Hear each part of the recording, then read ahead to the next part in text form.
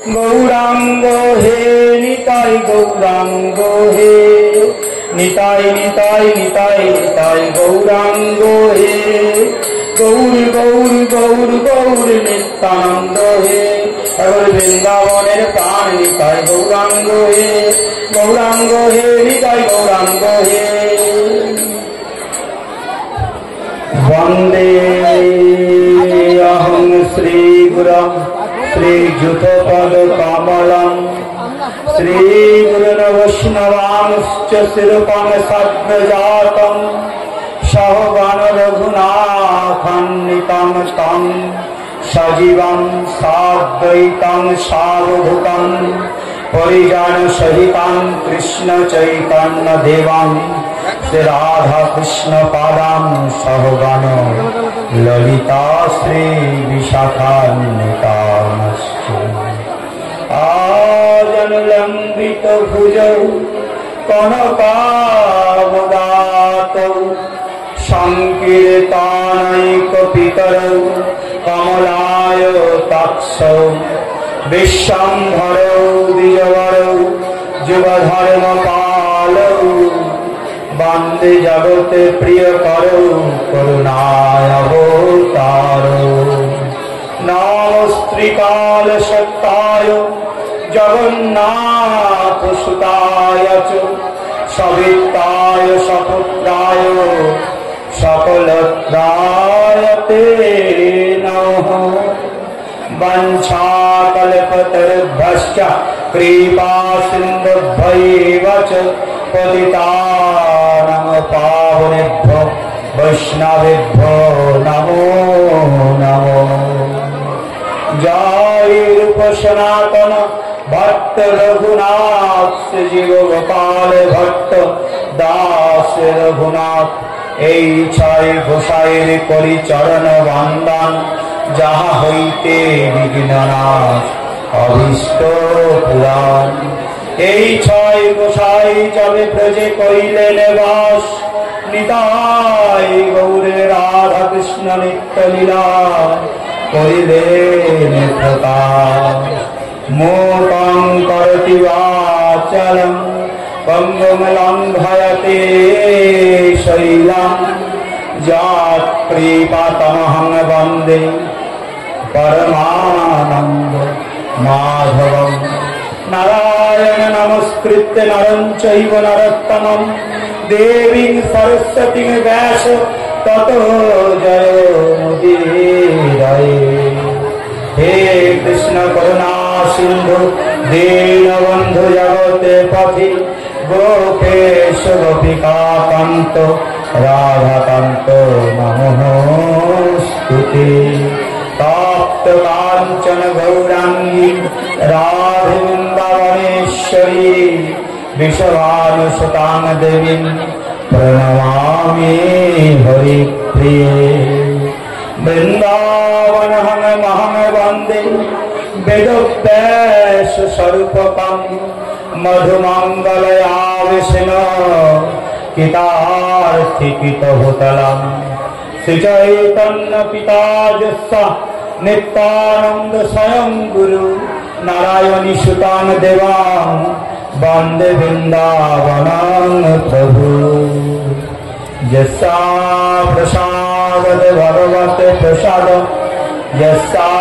प्रसादन्नवति कुतोऽपि भयं स्तुवान् तस्सा जशस्ति सन्धा वंदे गुराश्री चरणार वृंदावन ओम नमो भगवते वासुदेवाय नमो ओम नमो भगवते वासुदेवाय नमो ओम नमो भगवते वासुदेवाय नमो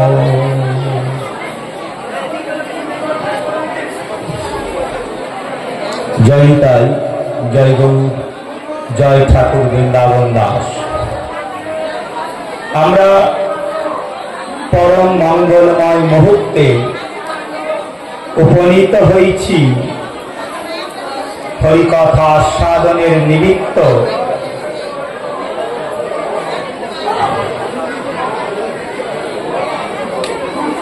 পিয়াসু ভক্ত ভ্রমরের ন্যায় নৈমিষারণ্যে।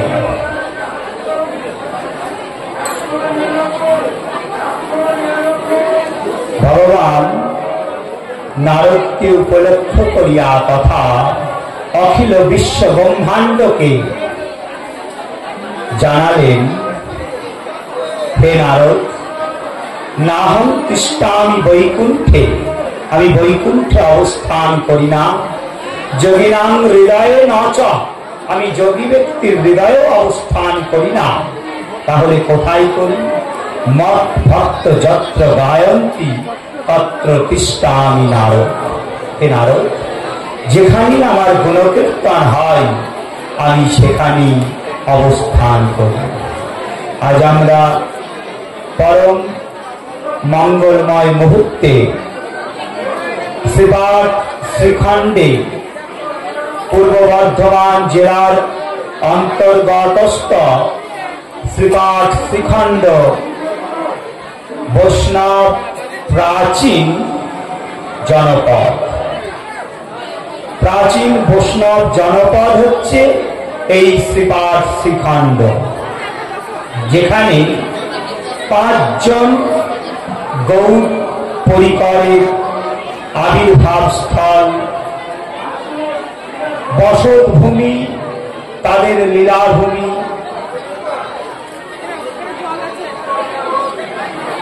মুকুন্দ শ্রী নরহরি শ্রী রঘুনন্দন, আর চিরঞ্জীব আর সুলোচন, এই 5 জন গৌর পরিকরের আবির্ভাব স্থল, তাদের বিহার ভূমি, তাদের লীলাভূমি এই শ্রীপাঠ শ্রীখণ্ড। শ্রীপাঠ শ্রীখণ্ডে আমরা পরম মঙ্গলময় মুহূর্তে উপনীত হয়েছি। নরহরি সরকার ঠাকুরের বিরহ মহোৎসবে, যেখানে ভক্তি রত্নাকর গ্রন্থে উল্লিখিত, যেখানে শ্রীনিবাস আচার্য প্রভু স্বয়ং ভাগবত পাঠ করেছিলেন, এবং এই শ্রীভূমিতে রঘুনন্দনের আহ্বানে গৌর পরিকররা এসেছিলেন এই শ্রীখণ্ডের এই বরদানা স্থিত বিলাসকুঞ্জে।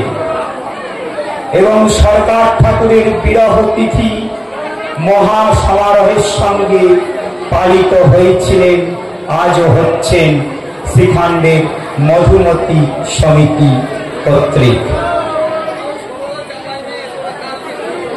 ভারত ভূমিতে হইল মনুষ্য জন্ম যার, জন্ম সার্থক কর করি পর উপকার। সনাতন শিক্ষায় শ্রীমান কৃষ্ণ চৈতন্য মহাপ্রভু বলেছেন, এই ভারত ভূমি, সেই ভারত ভূমিতে জন্ম পেয়েছ, পর উপকার কর। পর উপকার শব্দটি আভিধানিক অর্থ অতীব সহজ, কিন্তু অন্তর্নিহিত অর্থ অতীব কঠিন। পর উপকার মানে দারিদ্রকে অন্নদান, বস্ত্রদান, অসহায়কে পাশে দাঁড়িয়ে সহায়তা প্রদান না। এই 3 যুগ চলে গিয়েছে, কলির জীব না পেরেছে সত্যের তপস্যা করতে, কলির জীব না পেরেছে তেতার যজ্ঞ করতে, কলির জীব না পেরেছে দাপরে পূজার্চনা করতে। এই 3 যুগের যুগধর্ম থেকে কলির জীব বঞ্চিত ছিল।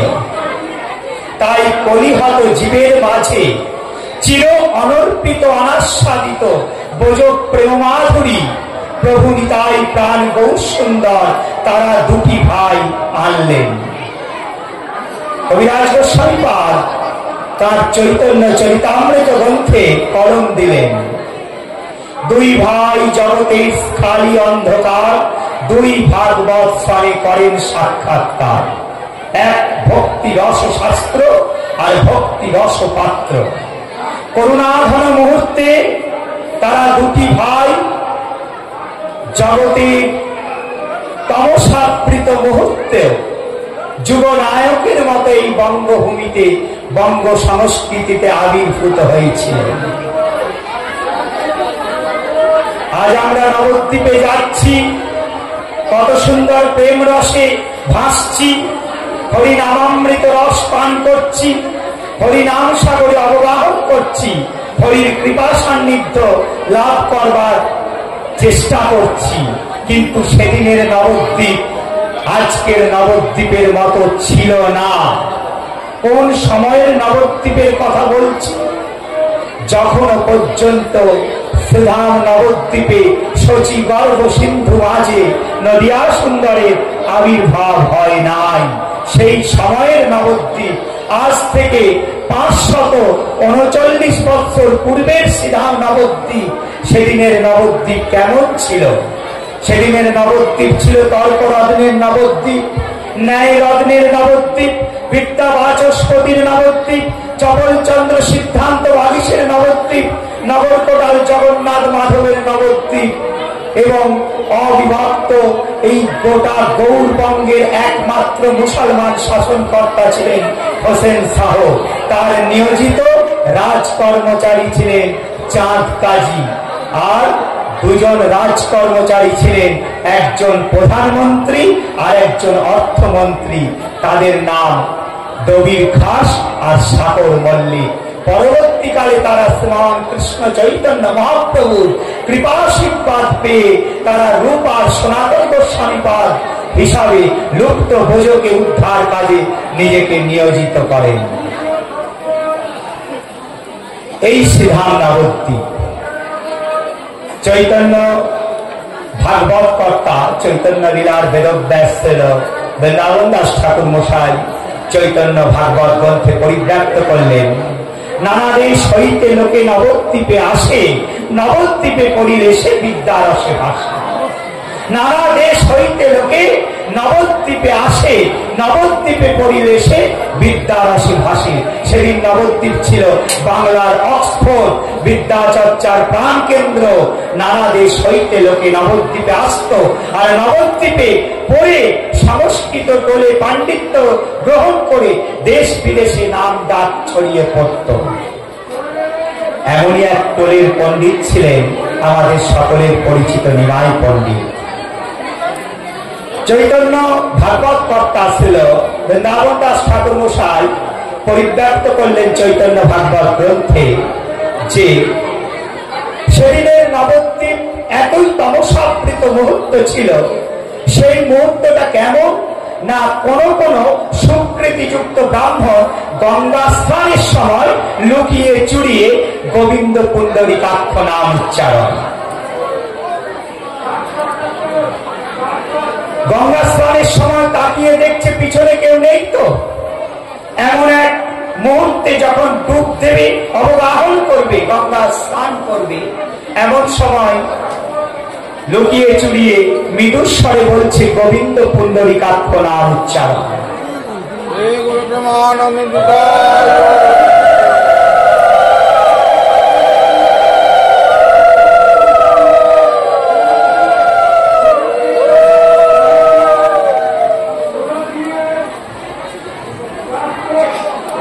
এমন এক তমসাবৃত মুহূর্তে যুগনায়ক যুগ বৈপ্লবিক পরিবর্তন ঘটাতে শ্রীমান কৃষ্ণ চৈতন্য মহাপ্রভু এই বঙ্গ সংস্কৃতিতে আবির্ভাব। সত্যেন্দ্রনাথ দত্ত আমরা কবিতায় পরিব্যক্ত করলেন, বাঙালির হিয়া অমিয় মথিয়া নিমাই ধরেছে কায়া। বাঙালির হৃদয়টাকে মন্থন করে তার সার সত্তা স্বরূপ আমাদের নদিয়া সুন্দর তিনি এই বঙ্গ সংস্কৃতিতে আবির্ভাব। তখনও পর্যন্ত নবদ্বীপে কিন্তু এত শ্রীমন্দিরে অবাধ প্রবেশের সকলের অধিকার ছিল না। একমাত্র ব্রাহ্মণদের পূজা অর্চনা করার অধিকার ছিল। ভগবান গীতায় বলেছেন, চাতুর্বর্ণং মায়া সৃষ্টং গুণ কর্ম বিভাগনম। আমি 4টে বর্ণে এই সমাজকে বিভক্ত করেছি। কি কি? ব্রাহ্মণ, ক্ষত্রিয়, বৈশ্য আর শূদ্র। ব্রাহ্মণের কাজ কি? পূজা অর্চনা করা, দেব সেবা করা। ক্ষত্রিয়ের কাজ কি? যুদ্ধ বিগ্রহ করে দেশকে, বহিঃশত্রুর আক্রমণ থেকে দেশকে রক্ষা করা। আর বৈশ্যের কাজ কি? ব্যবসা বাণিজ্য করা। আর শূদ্রের কাজ কি জানেন? এই 3টে জাতির সেবা করা।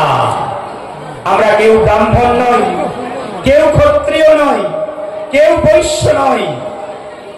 বৃন্দাবন দাস ঠাকুর মশাই নিজের আত্মপরিচয় দিতে গিয়ে পরিব্যাপ্ত করেছেন, নহি বিপ্র নহি রে ক্ষত্রিয়, বৈশ্য শূদ্র কোন বর্ণধারী, বানপস্তি জ্যোতি গৃহী, তপরত নহি ব্রহ্মচারী। তাহলে আমরা কে? আমরা তো কিছুই না। না, বসুদা জান্নবা প্রাণ, অবধূত নিত্যানন্দ স্বামী, তার পাদপদ্ম মধুমত্ত, দাস দাস অনুদাস। তাহলে চৈতন্য ভাগবত পরিব্যাপ্ত করলে, বেদে ভাগবতে কয় দাস্য বড় ধন, যার লাগি রমা অজ ভবের বন্ধন, হেন দাস্য সুখ ছাড়ি যেবা আর চাই, অমৃত ছাড়িয়া যেন বিষ লাগি ভাই। এই দাস্য বনের পশু হনুমান, তিনি পিএইচডি করে নাই, তিনি শিক্ষিত নয়, তিনি গ্রন্থকার নয়। তিনি কি করলেন? হৃদয়টাকে চিরে ওই সীতারামের যুগল মূরতি জগৎকে দর্শন করালো। কি? কপিকুলে জন্ম বীর হনুমান, আপন বিশ্বাস বলে হৃদয় বিদীর্ণ করে দেখাইল সীতারামের যুগল মূরতিরে। সেই হনুমান একমাত্র দাস্য ভাবে প্রভু রামচন্দ্রকে পেয়েছিলেন। তাই তুমি প্রভু, আমি দাস, এই সম্বন্ধ।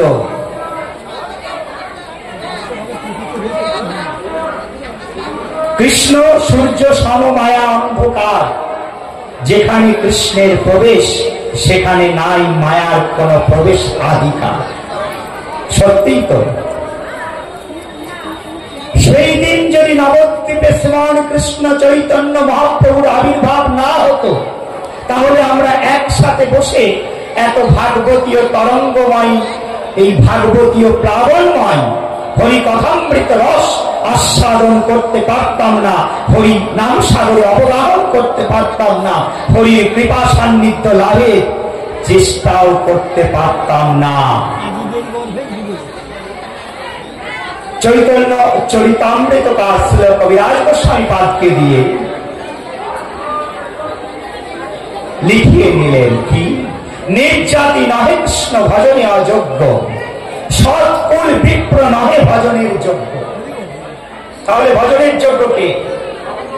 ওমা, আমিও ভজনের যোগ্য নয়, আপনিও নয়, তাহলে ভজনের যোগ্য কে? বলছি যেই ভজে, তাতে কোনো কুলশীল মান কিচ্ছু চায় না। যেই ভজে সেই বড় অভক্তহীন চার। কৃষ্ণ ভজনে নাহি জাতি কুলাদি বিচার, জাতি কুল নিরক্ষর বুঝাবার তরে হরিদাস জন্ম নিল যবনের ঘরে। আজ বড় সৌভাগ্যের দিন।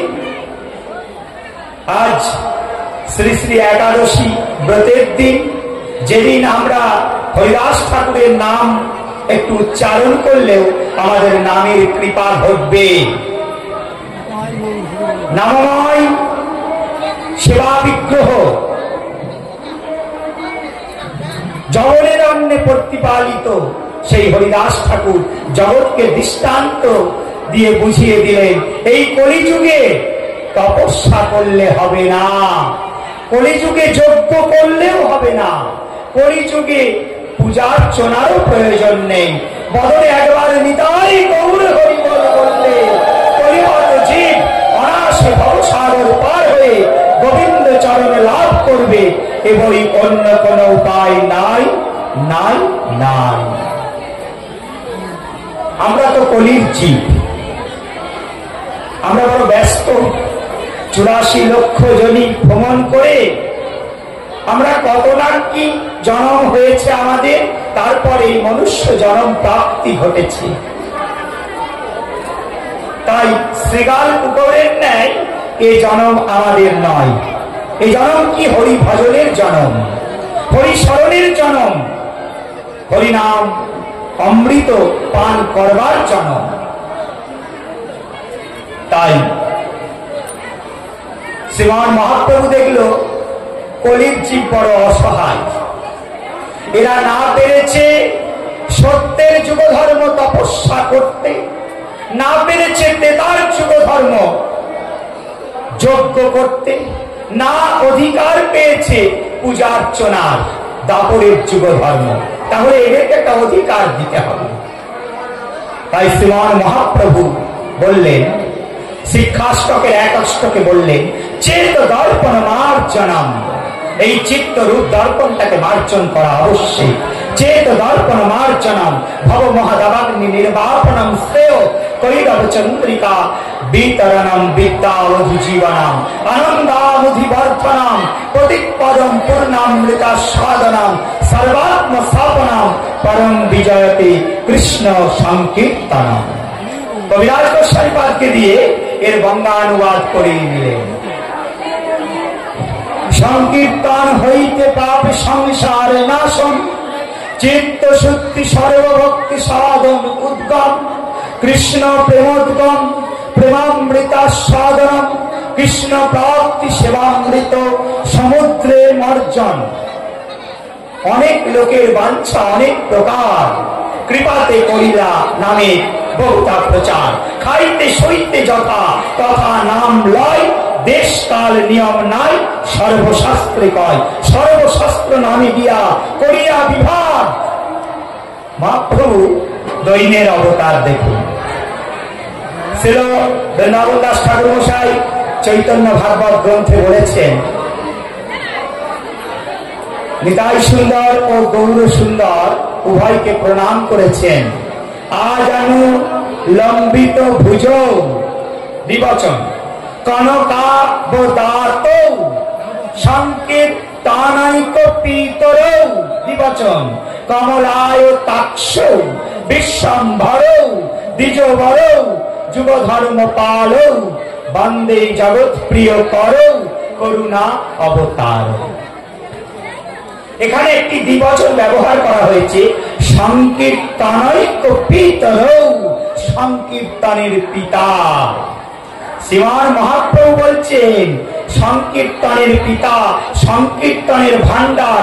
তিনি বলছেন, আমার দুর্দৈব নামে নাহি অনুরাগ, অশ্লিষ্ট পাদরতাং পিবস্তু মাম মদ দর্শনাৎ করত লম্পট বিদধাতু মদ প্রাণনাথস্থ মে না করো।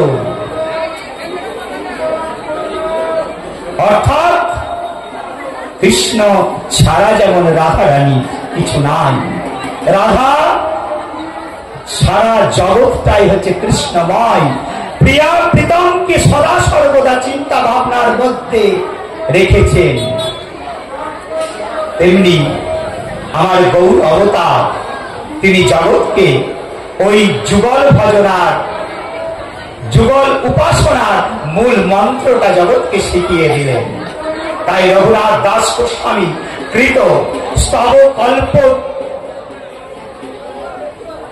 বৃক্ষের সাথে যেমন গৌর হরিকে তুলনা করা হয়েছে, তাতে বর্ণনা করেছেন, এর বঙ্গানুবাদ করেছেন নবদ্বীপ চন্দ্র দাস। কি বঙ্গানুবাদ করেছেন? সকল জনের মন করিবারে আকর্ষণ, বিধাতা কি পাতিয়াছে ফাঁদ, একবার যেই হ্যারে সে আঁখি ফিরাতে নারে, মন উন্মাদন গোরাচাঁদ, কহিয়ে গৌরাঙ্গ গতি থুৎকৃত গজেন্দ্র গতি, গজ সে সামান্য মদে মাতা, একবার যেই হ্যারে সে আঁখি ফিরাতে নারে, মন উন্মাদন গোরাচাঁদ। সেই অখিল বিশ্ব ব্রহ্মাণ্ডে নিখিল রসের কলাগুরু, সকল শাস্ত্রাদি মন্থন স্বরূপ বিষ্ণুর 10 অবতার বিভিন্ন সময় বিভিন্ন কল্পে আবির্ভূত হয়েছেন। মৎস্য, কুর্ম, বরাহ, নৃসিংহ, বামন, পরশুরাম, রামচন্দ্র, বুদ্ধ আর কল্কি কিন্তু সর্ব অবতারের সার আমার গোড়া অবতার। এই গোড়া অবতার সব অবতারের সার বস্তু, সরল সার বলা যায়। কবিরাজ গোস্বামীপাদ চৈতন্য চরিতামৃত গ্রন্থে পরিব্যাপ্ত করলেন, যুগ ধর্ম প্রবর্তন হয় অংশ হইতে, আমা বিনে অন্য নারে বোঝ প্রেম দিতে। এই বোঝ প্রেমটা কি? বোঝ প্রেমটা কি? একদিন বৃন্দাবনে নিকুঞ্জেতে শ্রুতি আছে বহু জানে, রসেরই আলসে চকিতে চন্দ্রমুখী, উঠিলেন স্বপ্ন দেখি, কাঁদি কাঁদি কহেন বধূ পাশ। পরাণ বধূ, আমি স্বপ্নে দেখলাম এক গৌর বরণ যুবা পুরুষ আমার হৃদয়টা আকর্ষণ করে নিয়েছে। তখন রসিকেন্দ্র চূড়ামণি রসরাজ প্রাণ গোবিন্দ মুচকে মুচকে হাসছেন আর ভাবছেন। এবার কি করলেন? ভাবিয়া দেখিনু মনে। তখন তো আর না করলে নয়, দুই তনু এক হয়ে প্রকট হলো কোথায়? নদিয়াতে। কৃষ্ণচন্দ্রের ব্রজলীলায় তিনটে বিজাতীয় বাসনার উদয় হলো। আমাদের তো প্রথমে জানা প্রয়োজন, গৌর কেন এলেন? গৌর অবতারের বৈশিষ্ট্য কি? কিবা প্রয়োজন ছিল? কোন না কোন বিষ্ণুর অংশ অবতার তো আসতেনি। পূর্ণ ব্রহ্ম সত্তা স্বরূপে এই নদিয়া আছে। নদিয়ার পূর্ণ শশী 16 কলা পূর্ণ করে সেই 2 অষ্টমী যুক্ত হয়ে পূর্ণিমাতে পরিণত হয়ে পূর্ণিমার পূর্ণ শশী নদিয়া আছে কেন উদিত হলেন? 2 অষ্টমী কোন অষ্টমী জানেন? কৃষ্ণাষ্টমী আর রাধাষ্টমী। এই 2 অষ্টমী নিয়ে 8 যুক্ত 8 ইকুয়াল টু 16। এই 16 করা অর্থাৎ পূর্ণিমা গ্রহণের ছলে নদিয়া সুন্দর গৌর হরি উদয় হলেন।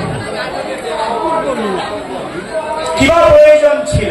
কৃষ্ণচন্দ্রের ব্রজলীলায় 3টে বিজাতীয় বাসনার উদয় হলো। বিজাতীয় বাসনা কাকে বলে? যাহা এক জাতীয় নয় তাহাই হচ্ছে বিজাতীয় বাসনা। এক জাতীয় নয়। আমার এই মুহূর্তে মনে হলো যে আমি পরমান্ন সেবা করব। কিয়ৎক্ষণ পর মনে হচ্ছে যুগলান্ন সেবা করব। কিয়ৎক্ষণ পর মনে হচ্ছে যে এই সময় আমার একটু ওই পুষ্পান্ন হলে ভালো হয়। আমি একজন ব্যক্তি, আমার 3টে বাসনার উদয় হলো। আমার বাসনাগুলো একরকম নয়, ভিন্ন ধরনের। কৃষ্ণচন্দ্র রসরাজ প্রাণ গোবিন্দের মনেও 3টে বিজাতীয় বাসনার উদয় হলো। কি? কৈছন রাধার প্রেমা, ওই রাধারানী প্রেমটা কেমন সেটা আমাকে জানা আবশ্যক। কৈছন রাধার প্রেমা, কৈছন মধুরিমা, সেই প্রেমটা করলে কতটা প্রেমটার মধ্যে মধুরতা সমন্বিত এটা আমার জানা আবশ্যক। আর তৃতীয় কি? কৈছন সুখের দেহ, সেই প্রেমটা করলে কতটা সুখ অনুভব হয়। এ 3 বাঞ্ছিত ধন ব্রজলীলায় নহিল পুরাণ। তখন আশা দিয়ে না পাইয়ে ওর, এর তো শেষ পেলাম না। এই ও আর র, এটা ওর মানে হচ্ছে এটা ব্রজবুলি আর মৈথিলি ভাষার সংমিশ্রণে অভিনব ভাষা, এটা কোনো শেষ নাই। তখন রসিকেন্দ্র চূড়ামণি রসরাজ প্রাণ গোবিন্দ মুচকে মুচকে হাসছেন আর বলছেন, ভাবিয়া দেখিনু মনে, ওই শ্রীরাধিকার স্বরূপ বিনে এ বাসনা পূর্ণ কবু নয়। এ বাসনা পূরণ করা আমার কখনো পক্ষে সম্ভব নয়, কারণ আমি বিষয় কৃষ্ণ। কখনো আশ্রয় রাধারানীকে উপলব্ধি করা আমার পক্ষে সম্ভব নয়, যতদিন না ওই আশ্রয়ের অঙ্কে নিজেকে উপনীত করতে পারছি। তাই খুব সুন্দর একটি গান আছে, বোঝের বাঁকা কালো সখা দেখবি আয়, তোদের ওই সোনার নদী আয়। এবার রং ফিরেছে, ঢং ফিরেছে, কালো চেনা ভীষণ দায়। এখন আর কালো নেই গো। আমাদের রাধা ভাবোদ্যুতি সুবলিত গৌরাঙ্গ স্বরূপে তিনি গৌর বরণ ধারণ করেছেন। আজ অনুলম্বিত বাহু আর বাঁশিও কোথায় লুকিয়েছে। রাধা ভাবোদ্যুতি সুবলিত গৌরাঙ্গ স্বরূপ। তাই গৌর হয়ে এলেন নদী মাঝে, শচী গর্ভ সিন্ধু মাঝে নদিয়া সুন্দরের আবির্ভাব। তিনি বঙ্গদেশে আবির্ভূত হয়ে প্রথমেই শ্রীমান মহাপ্রভু দেখলেন বাঙালি জনজাতি বড় অসহায়, এই সনাতন প্রাচীন হিন্দু ধর্ম অসহায় ক্ষয়িষ্ণু অবস্থায় আছে। এই ক্ষয়িষ্ণু সমাজটাকে যদি এক ছাতার তলায় না আনতে পারি তাহলে কালের স্রোতে এরা হারিয়ে যাবে। তাই এদেরকে অন্তত হরি নামামৃত রস পান করিয়ে, হরি নাম সাগরে অবগাহন করিয়ে হরির কৃপা সান্নিধ্য লাভের চেষ্টা করাতে হবে। তাই কলির জীব, শ্রীমান মহাপ্রভু দেখলেন কলির জীব কেমন না, এই কলির জীব হচ্ছে অন্ধ। অন্ধ মানে আমরা তো চোখে দেখতে পাই না, বলছে না গো না, আমরা যাবতীয় জাগতিক বিষয় সবই দেখতে পাই, পারমার্থিক সম্পদ স্বরূপ সাধু গুরু বৈষ্ণব ভগবানকে চোখেও আমরা দেখেও দেখতে পাই না। তার জন্য আমাদের চর্মচক্ষু এই বিকাশ হয়েছে ঠিকই, কিন্তু জ্ঞান চক্ষু উন্মিলন হয় নাই, যেটা তৃতীয় নেত্র বা থার্ড আই, সেটা আমাদের বিকাশ হয় নাই। তাই কলির জীবের চোখ থাকতেও আমরা অন্ধ। আর কি বধির, বধির মানে কি গো? কালা। যাদের শ্রবণ যন্ত্রটা রহিত হয়ে গিয়েছে, বলছে না না আমরা সবাই কালা কেন গো, আমাদের মেশিন নিতে হয় নাকি কানে? বলছে না না, আমরা সবকিছু শুনতে পাই, স্ত্রীর ডাক শুনতে পাই, পুত্রের ডাক শুনতে পাই, যাবতীয় সাংসারিক ডাক শুনতে পাই, পারমার্থিক রাজ্যের ডাক শুনতে পাই না। সাধু উপদেশ, গুরুবাক্য, ভাগবতীয় তরঙ্গময় নামামৃত রস আমাদের কর্ণকুহর দিয়ে প্রবেশ করে না। তাই কর্ণ থাকতেও আমরা বধিরতা সমন্বিত কলিহত জীব। তৃতীয় কি? তৃতীয় হচ্ছে আলস্য বৃত্তিযুক্ত কলিহত জীব। ও বাবা, এই গুণটা আমাদের সবারই কম বেশি আছে। আজ আর ওই তারুণ্য সময়, এখন ওই রেস্টুরেন্টে যাব, পার্কে যাব, এখন আর ওই কেষ্ট বিষ্ণু ইত্যাদি ভজনা করে কি লাভ? শেষের সময় আসুন, অবসর নিয়ে নেব।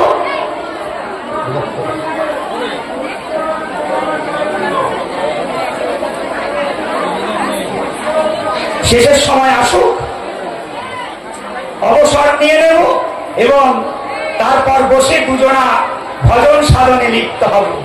সময় তো নির্দিষ্ট করে দিয়েছে মহাজন, 1 ঘন্টা জন্মানো আর 1 ঘন্টা মৃত্যুবরণ, তার মাঝে যার যা সাধন স্বীকৃতি তাই তার পরমার্থের ফল। শেষের সময় পরপারের ডাক চলে এলো, 4 জন নিয়ে যাচ্ছে কাঁধে করে। সারা জনমে একবারও বদন দিয়ে হরিনামামৃত রস উচ্চারণ হলো না, হরিনাম সাগরে অবগাহন করতে পারলো না, হরিক্ষেত্রে যেতে সমর্থ হলো না। শেষের সময় 4 জন নিয়ে যাচ্ছে, বল হরি হরি বল দিতে দিতে। তাই সময়ের জিনিস সময়ে করা প্রয়োজন আবশ্যিক। এই প্রকার কলিহত জীবকে মহাজন বললেন কি? আলস্য বৃত্তিযুক্ত কলিহত জীব। আর শেষত কি না পঙ্গুত্ব বিশিষ্ট কলিহত জীব। এ বড় কঠিন। আমাদের আমরা কত সুন্দর চলতে পারি দেখো, শ্বশুরালয় যেতে সমর্থ হই, আত্মীয় স্বজনের বাড়ি যেতে সমর্থ হই, কিন্তু শ্রীমন্দিরে পৌঁছাতে পারি না। যদি পৌঁছাতে পারতাম, শ্রীখণ্ডের এই ভাগবতীয় তরঙ্গময় আসরটা পরিপূর্ণ হয়ে যেত হরিকথা শ্রবণের উদ্দেশ্যে এবং আমার গৌরকে দর্শন করতে বিলাসকুঞ্জে গৌর নরহরি মিলন মহোৎসবে আসতে সবাই পারি নাই। তাহলে আমাদের চরণ যুগল, এই জাগতিক চরণ যুগল সক্রিয় হলেও পারমার্থিক চরণ যুগল নিষ্ক্রিয়। তাই এই প্রকার কলিহত জীবকে শ্রীমান কৃষ্ণ চৈতন্য মহাপ্রভু পঙ্গুত্ব বিশিষ্ট কলিহত জীব বলে আখ্যায়িত করলেন। এবার এদের জন্য তো কিছু ব্যবস্থা করতে হবে। এরা না পেরেছে সত্যের তপস্যা করতে, না পেরেছে ওই তার যজ্ঞ করতে না পেরেছে, পূজা অর্চনা করতে, এরা তো অধিকার পায় নাই। এরা বর্ণ বিভাগ প্রথাতে আটকা পড়েছিল। সমাজটা জগদ্দল পাথরের মতো চেপে ধরে বসেছিল এই বঙ্গ সংস্কৃতিতে বর্ণ বিভাগ প্রথা। তাই শ্রীমান মহাপ্রভু দেখলেন এই জগদ্দল পাথরটাকে সরিয়ে সবকে একটা কোলা আলিঙ্গন দিই, যেন তারা প্রেমামৃত বর্ষণ হয় তাদের মধ্যে। তাই বদনে বললেন হরে নামৈব হরে নামৈব হরে নামৈব কেবলম তদৈ নাস্তৈব নাস্তৈব নাস্তৈব রতিরান্যথা। অর্থাৎ সত্য ত্রেতা দ্বাপর চলে গিয়েছে, না পেরেছে কলির জীব যুব ধর্ম পালন করতে। এবার ভাই ভাই সবাই মিলে এই কলিহত জীবের জন্য একবার বদনে হরিনাম করলে কলিজীব অনায়াসে ভবসাগর পার হয়ে গোবিন্দ চরণ লাভ করবে। এবং অন্য কোন উপায় নাই নাই নাই। আজ বড় এই অবিভক্ত বঙ্গভূমির সুপ্রাচীন জনপদ শ্রীখণ্ডে লোচন দাস ঠাকুর মশাই এখানে বসেই রচনা করলেন সেই গৌরহরি সম্পর্কিত পদটি। অবতারের সার গোড়া অবতার, কেন না চিনলি তারে, করি নিরেবাস গেল না তিয়াস আপন কর্ম ফেরে। মন কণ্টকের তরু যতনে সেবিলি সদাই, অমৃত ফলের আসে প্রেম কল্প তরু গৌরাঙ্গ আমার, তাহারে ভাবিলি বিষয় সৌরভের আসে পলাশ শুকিলি নাসাই পশিল কীট, ইক্ষু দণ্ড বলি কাষ্ট চুষিলি কেমন লাগিবে মিট। হার বলিয়া গলায় পড়িলি সমন কিঙ্কর সাপ, ও সে শীতল বলিয়া অনল পোহালি পাইলি বজ্রতা। এমন সংসারে আসিলি গোড়া না বুঝিলি, না শুনিলি সাধুর কথা, ইহ পরকাল উভয় পোহালি খাইলি লোচনা। ঠিক অবতারের সার গোড়া অবতার সীতারাম প্রভু। বৈষ্ণব জগতে তিনটে বাক্য আছে গো, কে আনিল, কে বাঁধিল, আর কোথায় ছিল গো। সীতানাথ আনিল, নিতাই জগৎকে দিল, আর কোথায় ছিল, ওই ব্রজে ছিল রে। গোলকে গোপন অবস্থায় ছিল, ঢাকা দেওয়া ছিল ভগবান। সেই ব্রজ প্রেম মাধুরীকে কলিহত জীবের মাঝে নাম প্রেমের ডালি মাথায় করে নিয়ে দয়াল নিতাই চাঁদ কলিহত জীবের দরজায় দরজায় এসে বলছেন, ওগো কলির জীব, তোমরা জানো না, তোমরা একবার বদনে গৌর হরি বলো, আর গৌর হরি বললেই তোমারা কলির জীব অন্তত ভবসাগর পার হয়ে গোবিন্দ চরণ লাভ করবে। তাই ভজ ভজ ভজ নিতাই, নিতাই ভজলে গৌর পাবে, আর গৌর পেলে ব্রজে যাবে। এখন সব উল্টো হয়ে গিয়েছে, আমরা সবাই রাধা কুণ্ডে ছুটছি পিএইচডি অর্জনের জন্য। বৃন্দাবন থেকে একবার রাধা কুণ্ডে দর্শন করে এলি, যেন আমাদের নরোত্তম দাস ঠাকুর মশাই তার প্রার্থনা এবং প্রেম ভক্তি চন্দ্রিকাতে লিপিবদ্ধ করলেন কি, শ্রী গৌর মন্ডল ভূমি যেবা জানে চিন্তামণি, তার হয় ব্রজগুণে বাস। গৌর প্রেম রসার নবে সে তরঙ্গে যেবা ডুবে, সে যেন রাধা মাধব অন্তরঙ্গ। গৃহে বা বনেতে থাকি হাগৌরাঙ্গ বলি ডাকি, নরোত্তম মাগে তার সঙ্গ। শ্রীখণ্ডে এরা গোড়া ছাড়া কিছু জানে না। শ্রীখণ্ডের নাগরী আগরি গোড়া রসে, কহিতে গৌরাঙ্গ কথা প্রেম জলে ভাসে। শ্রীখণ্ডের মায়েরা তাহলে নবদ্বীপের নাগরী আগরি গোড়া রসে, কহিতে গৌরাঙ্গ কথা প্রেম জলে ভাসে। সেরকম শ্রীখণ্ডের নাগরী আগরি গোড়া রসে, কহিতে গৌরাঙ্গ কথা প্রেম জলে ভাসে। যদি গৌর না হতো কিমিনে হইত কেমনে ধরিতাম দেহে শ্রাভার মহিমা রস সিন্ধু সীমা জগতে জানা তোকে মধুর বৃন্দা বিপিন মাধুরী প্রবেশ চাতরি সার যত বরজ যুবতী ভাবের ভগতি সহতি হইত কার গাহ গাহ পুন শ্রীগৌরাঙ্গের গুণ সরল করিয়া মন ভেবে দেখো ভাই ত্রিভুবন মাঝে এমন দয়াল নাহি কোন জন।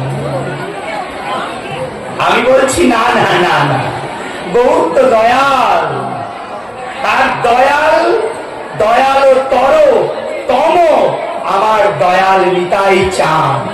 তিনি গৌর হরির আবির্ভাবের 12 বৎসর আগে এই রাজ দেশে আবির্ভূত হলেন। রাজ দেশে এক চাকা নামে আছে গ্রাম, জয়ী অবতীর্ণ নিত্যানন্দ বলরাম। সেই বোঝের বলাই এবে নিতাই হয়ে এলেন। তেতাই লক্ষণ দাপরে বলরাম, এবে নিত্যানন্দ রাম। সেই কি করতে 12 বৎসর আগে এলেন গো? ভালোই তো ছিল। কবিরাজ গোস্বামী পাদ চৈতন্য চরিতামৃত গ্রন্থে কলম দিলেন, বন্দে শ্রীকৃষ্ণ চৈতন্য নিত্যানন্দ সহোদিত গৌরদয় বন্দ চিত্ত সন্দ তমনদ। অর্থাৎ একসঙ্গে উদয়। কি বা প্রয়োজন ছিল? বলছে না, এটা এখানকার নয়, এটা ওখানকার। কোনখানে? বলছে যে বজলীলায় এবং ত্রেতাতে লক্ষণের মনে একটু খেদ ছিল। মহাজন এই খেদটাকে বলেছেন ভক্তি খেদ আচ্যুতা অগ্রজ। কি খেদ ছিল? ভক্তিতে একটু খেদ ছিল যে বনচারী রামচন্দ্র পরিশ্রান্ত ক্লান্ত অবস্থায় বৃক্ষমূলে বসেছেন। প্রাণের ভাই লক্ষণ সেবক বিগ্রহ সেব্য বস্তুর জন্য সেবা উপকরণ নিয়ে গিয়ে ধরেছেন। সেবক তত্ত্বের কাজই তো তাই, সেব্য বস্তুকে সুখে রাখা। সেদিন রামচন্দ্র লক্ষণকে বলেছেন, না আজ আর আমি ফলমূল সেবা করব না। সেদিন দাদার বাক্য লঙ্ঘন করে অনুজ লক্ষণ অগ্রজকে সেবা দিতে পারে নাই। তাই মনে একটা খেদ ছিল, ভক্তি খেদ আচ্যুতা অগ্রজ। সেটা পূরণ হলো কখন? কিছুটা পূরণ হলো দাপরে। বলরাম হয়ে এলেন, প্রাণ কানাইকে নিয়ে গোচারণে গিয়েছেন। বনের বিষাক্ত ফল না মিঠা ফল আগে সেবা করেছেন, প্রাণ কানাইকে সেবা দিয়েছেন। ঠিক আছে, মিঠা ফল খাও খাও, প্রাণের কানাই খাও বলে সেদিন অগ্রজ বলরাম অনুজ কানাইকে সেবা দিয়েছেন। তবুও মনে খেদ ছিল, তাই এবার সেটা পূরণ করবার জন্য 12 বৎসর আগে এলেন। রামদাস বাবাজি মশাই কলম দিলেন, আগে জনম নীলা নিতাই চাঁদ পাতিয়া করুণা প্রেমের ফাঁক। ওগো, আগে আসার কি বা প্রয়োজন ছিল? বলছে ফাঁক পেতে বিস্তার করেছেন নিতাই চাঁদ। ফাঁক দিয়ে কি করে না, শিকারীরা তারা এক একটা পাখিকে ধরে আর ফাঁকের সাহায্য নিয়ে ধরে। এখানেও আমাদের মতো পরিহত জীবরূপ পাখিদেরকে দয়াল নিতাই চাঁদ ধরছেন আর একে একে খাঁচার মধ্যে বন্দি করে রাখছেন। আর যার যখন সুকৃতির বলে সময় হচ্ছে তাকে তখন গৌর পাদ পদ্মে সমর্পণ করছেন। এহেন করুণা দয়াল নিতাই চাঁদ ছাড়া কলিহত জীবের জন্য কেউ করেন নাই।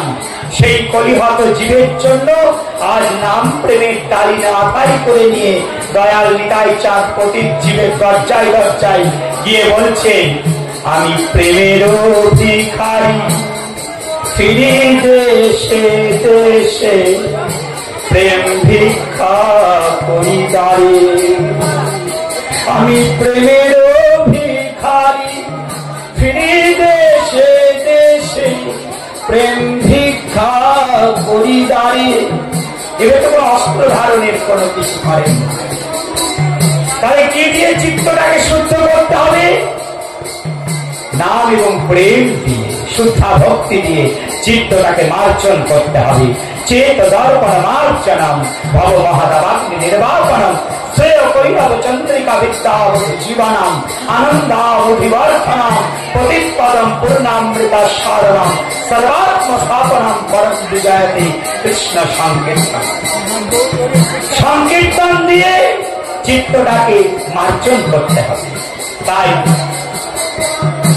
কে আনিল না আমার অদ্বৈত প্রভু প্রথম আনলেন, ডেকে ডেকে আনলেন। সুরধ্বনির আবক্ষ জলে দাঁড়িয়ে করো গীতাঞ্জলি ফুটে তিল তুলসী সমর্পণ করে গোলক বিহারীকে ভুলোকে অবতীর্ণ করাই হচ্ছে আমার গৌরানা গোসাই অর্থাৎ শান্তিপূর্ণনাথ অদ্বৈত প্রভু। তিনি কি করলেন? কেঁদে কেঁদে তার সম্পর্কে চৈতন্য লীলার বেদব্যাস ছিল বৃন্দাবন দাস ঠাকুর মশাই সীতানাথ অদ্বৈত প্রভু সম্পর্কে খুব সুন্দর পদ রচনা করেছেন। জয় জয় অদ্ভুত সোপহ অদ্বৈত সুরধ্বনি সন্নিধানে আখি মুদি রহে প্রেমে নদী বহে বসন তেতিল ভামে নিজ পহবানে ঘন গরজনে উঠয়ে জোরে জোরে লম্ফ ডাকে বাহু তুলি কাঁধে ফুলি ফুলি দেহে বিপরীত কম্প শ্রী অদ্বৈত হুঙ্কারী সুরধ্বনি তীরে আইলা নাগর রাজ তাহার পীড়িতে আইলা তুড়িতে উদয় নদী আমাজ। জয় শ্রী সীতানাথ করল বেকত নন্দের নন্দন হরি কহে বৃন্দাবন শ্রী অদ্বৈত চরণ হিয়ার মাঝারে ধরি। আমি হৃদ মাঝারে ধরবো, ছেড়ে দেব না। ছেড়ে দিলে তো আর আমার সোনার বউকে পাবো না, তাই আমি ধরে রাখতে চাই। দয়াল নিতাই চাঁদ তিনি অভিন্ন চৈতন্য কবি। লোচন দাস চৈতন্য মঙ্গল গ্রন্থের প্রারম্ভে প্রথম শ্লোকই তা পরিব্যাপ্ত করেছেন কি, যে অভিন্ন চৈতন্য তনু ঠাকুর অবধূত নিত্যানন্দ প্রভু আর গৌর হইতে কোনো ভেদাভেদ নাই। অভিন্ন চৈতন্য তনু ঠাকুর অবধূত। আমরা ব্যবহারিক সুবিধার্থে নিত্যানন্দ প্রভুকে নিত্যানন্দ মহাপ্রভু বলি আর গৌর হরিকে গৌরাঙ্গ মহাপ্রভু বলে বিভূষিত করি, কিন্তু এর মধ্যে কোন ভেদাভেদ নাই। তাই সীতানাথ তিনি নিয়ে এলেন। নিলে তো হবে না, জগৎকে দিতে হবে। নিতাই চাঁদ দিলে। আর কোথায় ছিল? ব্রজে ছিল। সেই ব্রজের আমাদের রাধার কৃষ্ণ মিলিত তনুই হচ্ছে কলিযুগ পাবন শ্রীমান কৃষ্ণ চৈতন্য মহাপ্রভু।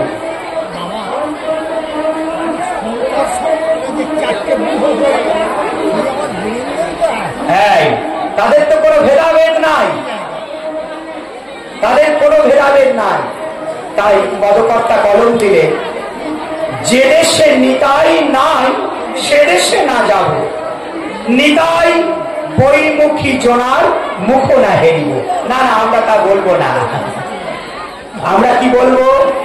যে দেশে নিতাই নাই সে দেশেতেই যাব, আর নিতাই বইমুখী জনাই নিতাই বলাইব প্রেমানন্দ নিতাই গৌর হরি নিতাই বলাইব। আজ শ্রীখণ্ডেও তাই। শ্রীখণ্ডে নাগরী আগরী গোড়া রসে কহিতে গৌরাঙ্গ কথা প্রেম জলভাস।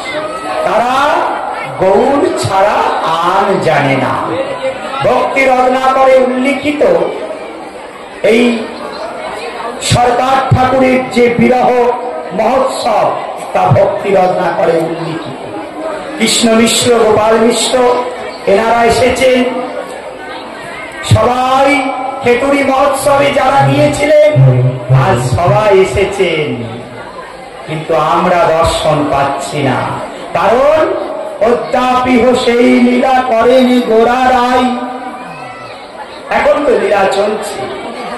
কোন কোন ভাগ্যবান ভক্ত দেখিবারে পায়। আমাদের প্রেম নেত্রের বিকাশ হয় নাই। আমাদের প্রেম নেত্রের বিকাশ হয় না। তাই গৌর অবতারের পূর্ণ তাৎপর্য পরিব্যাপ্ত করতে গিয়ে শ্রী রূপ গোস্বামী পাদ বিদগ্ধ মাধব নাটকে প্রারম্ভেই বলেছে আনর্পিত চরিঞ্চিরা করুণায় অবতীর্ণ কলো সমর্পয়ত মুন্নত জল রসম সমক্তি শ্রীরাম হরিপুরট সুন্দর দ্যুতি কদম্ব সন্দীপিত সদা হৃদয় কন্দরে স্ফুরতু বা শচীনন্দন। আমরা বলি চারিবেদ সরদর্শন তাহে কিবা অধ্যয়ন যে জন গৌরাঙ্গ নাহি ভজে। সত্যিই তো ওই চারিবেদ সরদর্শন পাণ্ডিত্য কিবা প্রয়োজন যে আমার বঙ্গ সংস্কৃতির বঙ্গ রতনকে সেই দুটি ভাইকেই বুঝতে পারল না, দুটি ভাইকেই চিনতে পারল না।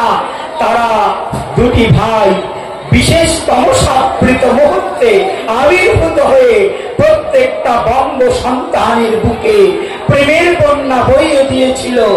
সেই যুবনায়ক যুগ পরিপ্লবিক পরিবর্তনে প্রভু নিতাই প্রাণ গৌর সুন্দরে বঙ্গভূমিতে অবদান অসামান্য এবং অতীব।